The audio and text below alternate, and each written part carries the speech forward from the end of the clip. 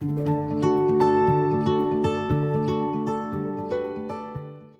Craft के online portal में आप सभी का स्वागत है। आज हम डिस्कस करने जा रहे हैं स्ट्रेंथ ऑफ मटेरियल में एक topic, deflection due to self weight of the बार।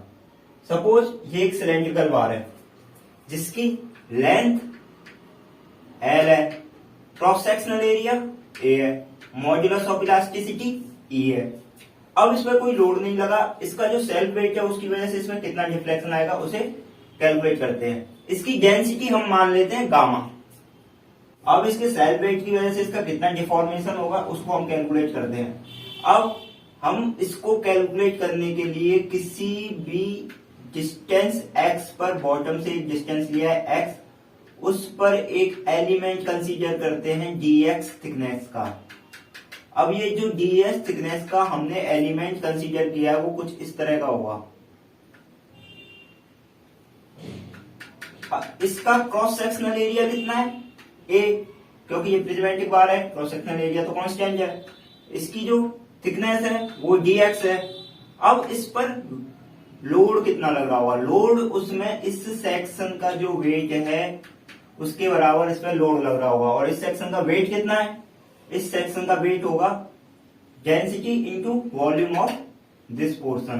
तो डेंसिटी कितनी है इसकी गामा, और इस पोर्शन का वॉल्यूम कितना है A into x.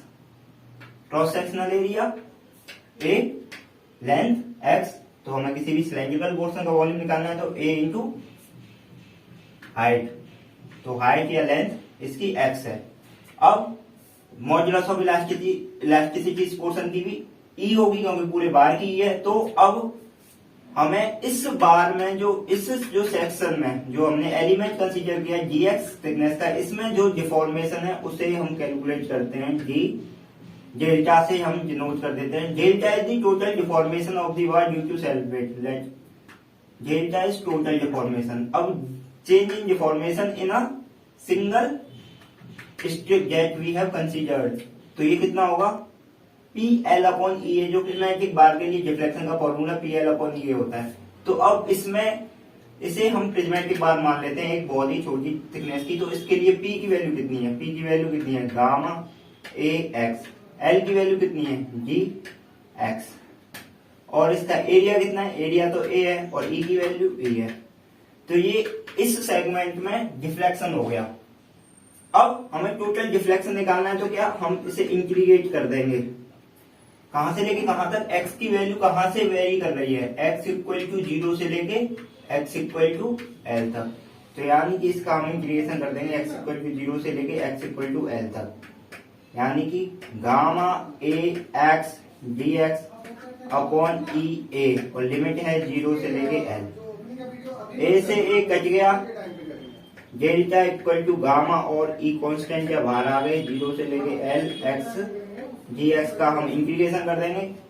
x dx, x का इंटीग्रेशन क्या होगा x²/2, इसका इंटीग्रेशन क्या होगा x²/2, और इसमें हम लिमिट डालेंगे 0 से L, तो 0 वाली लोअर लिमिट तो 0 हो गई, L डालेंगे तो L²/2, तो डेल्टा कितना आ जाएगा gamma L²/2E। And this is the formula for first case, जब हमारा बार सिलेंड्रिकल है उसमें सेल्फ वेट की वजह से कितना डिफ्लेक्शन होगा। अब जो हमारा बार है उसे हम एक कोनिकल बार लेते हैं। अब इसकी वजह से इसमें डिफ्लेक्शन कितना होगा कोनिकल सेक्शन में सेल्फ वेट की वजह से। सिमिलरली इसकी डेंसिटी हम गामा मान लेते हैं, इसकी जो इतनी लेंथ है इसे L मान लेते हैं, और ऊपर का जो एरिया इसे हम A मान लेते हैं, और ऊपर जो टॉप वाला पोर्शन है इसकी हम रेडियस R मान लेते हैं। तो अब इसमें फिर से हम एक x डिस्टेंस पर एक हम एलिमेंट कंसीडर करेंगे dx थिकनेस का, और ये एलिमेंट किस तरह का होगा, ये एलिमेंट होगा इस तरह का। अब इस एलिमेंट की थिकनेस कितनी है dx, इसका हम एरिया मान लेते हैं, कुछ भी AX एरिया मान लेते हैं, क्योंकि इसमें एरिया 0 से लेके A तक चेंज हो रहा है लीनियरली, तो इसका एरिया हम AX मान लेते हैं। अब इस पर लोड कितना लग रहा है, इस पर लोड लग रहा होगा density into volume of this portion, जो नीचे जो छोटा सा कोन है जिस एलिमेंट के नीचे उसका जितना वॉल्यूम है उसका अगर हम डेंसिटी से मल्टीप्लाई कर देंगे तो इतना लोड इस एलिमेंट पर लग रहा होगा। तो वो कितना होगा, गामा डेंसिटी इंटू वॉल्यूम कितना है, pi R square into X upon 3। ये वॉल्यूम है एक कोन का और इसकी रेडियस अगर हम स्मॉल आर कंसीडर कर रहे हैं, इसे हम आर एक्स मान लेते हैं, तो इसे हम आर एक्स मान लेंगे। तो पाई आर एक्स, ये R X into X, R X square into X upon 3। और जो एरिया है ए एक्स, इसे हम मान लेंगे पाई आर एक्स स्क्वायर। तो अब इसमें जो चेंज इन डिफॉर्मेशन और deformation in the strip that we have considered और an element we have considered, इसमें जो डिफॉर्मेशन है वो कितना हुआ, इसमें लोड कितना है, वेट के बराबर जो नीचे वाले पोर्शन में जितना वेट है उतना, gamma into pi by 3 R X का स्क्वायर इंटू एक्स। इसकी लेंथ कितनी है, डी एक्स जो थिकनेस है एलिमेंट की, अपॉन ई इसका कांस्टेंट है, सेम मटेरियल है, ई इसका कांस्टेंट है, ई इंटू एरिया, एरिया इसका कितना है, पाई आर एक्स स्क्वायर, यानी कि डी डेल्टा कितना हो गया, पाई आर एक्स स्क्वायर से पाई आर एक्स स्क्वायर काट देते तो आ जाएगा gamma x upon 3 E into D x. अब हमें टोटल कोनिकल बार का हमें अगर डिफॉर्मेशन निकालना है टोटल, तो हम इसे डी डेल्टा को हम इंटीग्रेट कर देंगे 0 से एल। एक्स की वैल्यू यहाँ पर 0 है और यहाँ पर एक्स की वैल्यू एल है। तो अब इसको इंटीग्रेट करेंगे तो गामा 3 और ई ये बाहर आ जाएंगे और एक्स डी एक्स का हम इंटीग्रेशन कर देंगे 0 से एल, जो कि एल स्क्वायर बाई 2 आता है। तो इसकी वैल्यू आ गई एल स्क्वायर बाई 2 और इसे यहाँ पे फर्दर पुट करेंगे तो ये आ जाएगा gamma L square by 6 E. This is the formula for the deformation due to self weight in a conical बार।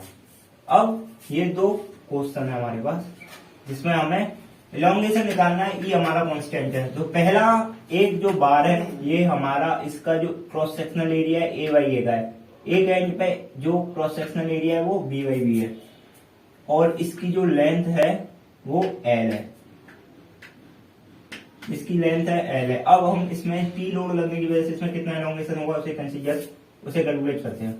तो अब इसमें भी हम किसी एक्स डिस्टेंस पर एक एलिमेंट ले लेते हैं। एक्स डिस्टेंस पर हमने एक एलिमेंट ले लिया, ये हमारा एलिमेंट है, कुछ इस तरह का दिखेगा। डी एक्स थिकनेस का, यानी कि इतनी इतनी थिकनेस डी एक्स है, यानी कि इतनी इतनी थिकनेस है जो डी एक्स है, एक्स डिस्टेंस पर है यहाँ से। अब ये जो पोर्शन है, ये जो लेंथ है, ये कितनी हुई, ये साइड है, ये स्क्वायर एलिमेंट है, ये स्क्वायर सेक्शन है, क्रॉस सेक्शन है, ये भी स्क्वायर क्रॉस सेक्शन है, बीच में से काटेंगे तो ये भी हमारा स्क्वायर क्रॉस सेक्शन ही होगा।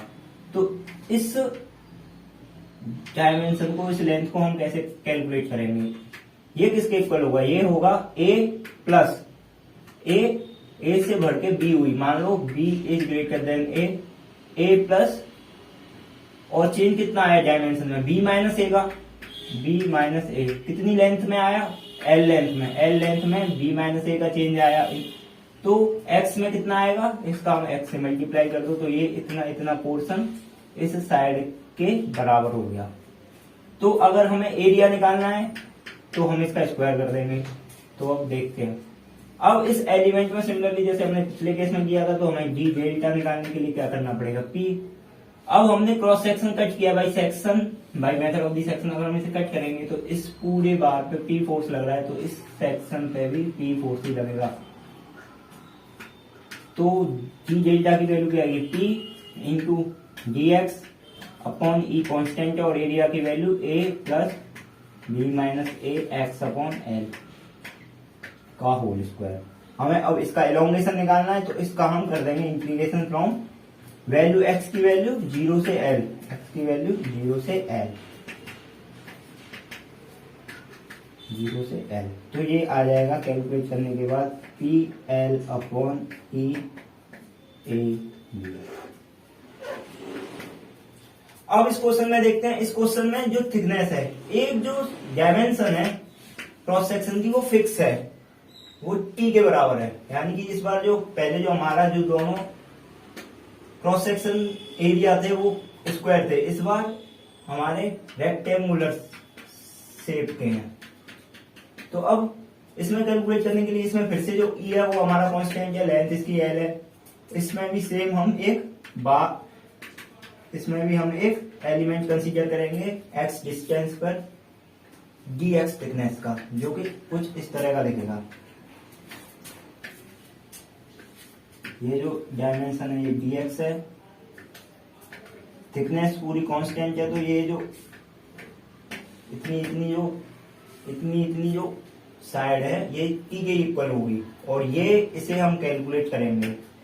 ये किसके इक्वल होगी, ये वाली जो साइड है ये किसके इक्वल होगी, यहां से लेके यहां तक ये इक्वल होगी। सिमिलरली जैसे हमने यहाँ कैलकुलेट किया था वैसे ये भी इक्वल होगी a plus B minus A into X upon L. तो अब इस सेक्शन का एरिया कितना होगा, रेक्टेंगुलर सेक्शन का एरिया कितना होता है, दोनों साइड का मल्टीप्लाई कर दो, तो इसका टी से मल्टीप्लाई कर देंगे तो हमारा एरिया आ जाएगा। तो अब ये जो हमारी स्ट्रिप है, ये जो हमारा एलिमेंट है, इसमें फोर्स कितना लग रहा है, पी। तो बाहर में पी फोर्स लग रहा है, यहाँ से भी पी फोर्स ही लगेगा। अगर हमने इसे कट किया, कोई और सेक्शन नहीं लग रहा, कोई और फोर्स नहीं लग रहा, तो इस सेक्शन पे पी फोर्स ही लगेगा। जब पूरे बार पे पी फोर्स लग रहा है तो हमने by method of the section suppose इस तरह से है, अगर पी फोर्स लग रहा है किसी भी एलिमेंट पे, अगर हम इसे यहां से काट दें, इस एलिमेंट को लें by the method of section, अगर पी फोर्स लग रहा है दोनों साइड, तो जो रिएक्शन डेवलप होगी इन सरफेसेस पर वो भी पी के इक्वल ही होगी। कैसे, अगर हम इसे मान लेते पी नहीं आर है, तो इतने एरिया में अगर समेशन एफ हॉरिजॉन्टल डायरेक्शन में 0 करेंगे तो पी इक्वल टू आर आएगा, और यहाँ पे एक्शन इक्वल टू रिएक्शन है, तो यहाँ से आर इक्वल टू फिर से पी के इक्वल आएगा। तो सिमिलरली समझ में आ गया ये पी जो है, डी डेल्टा क्या होगा, पी डी एक्स एरिया हो गया इतना, ये एरिया के इक्वल है और ये ई है। अब हमें इसका डिफॉर्मेशन निकालना, तो सीधा हम इसका इंटीग्रेशन कर देंगे, यानी कि हमें डिफॉर्मेशन निकालना है टोटल बार का, तो हम इसका इंटीग्रेशन कर देंगे एक्स इक्वल टू 0 से एल, जो कि हमारा आ जाएगा P L upon E B minus A T log B upon A के इक्वल। इंटीग्रेशन कर लेना, ये इंटीग्रेशन और ये इंटीग्रेशन आपको खुद सॉल्व करना है। अब ये समझ में आ गया, अगर हमें डिफ्लेक्शन निकालना है तो हमें एक एलिमेंट लेना है और हमें लिमिट लगानी है। एलिमेंट में कोई भी हमारा बार है, अगर उस पर हमें समझ में नहीं आ रहा कि हमें किस तरह से एलोंगेशन निकालना है, तो एक स्ट्रिप कंसीडर करो और उस स्ट्रिप पे चेंज इन डिफॉर्मेशन निकालो, पूरा डिफॉर्मेशन निकालने के लिए उस चेंज इन डिफॉर्मेशन का इंटीग्रेशन कर दो लिमिट लगा के, बस यही करना है। ये कुछ स्टैंडर्ड रिजल्ट हैं जो एग्जाम में पूछे जाते हैं, बहुत सारे एग्जाम में गेट में डायरेक्टली क्वेश्चन आ चुके हैं इन सब पर, तो इनको याद कर लेना, कर पाओ तो नहीं तो कैलकुलेट करना आना चाहिए। मेंस में अगर आ गया तो वहां पर सिर्फ फॉर्मूला लिख कर आने से नंबर नहीं मिलेंगे, आपको ये लिख कर आना पड़ेगा। Thank you.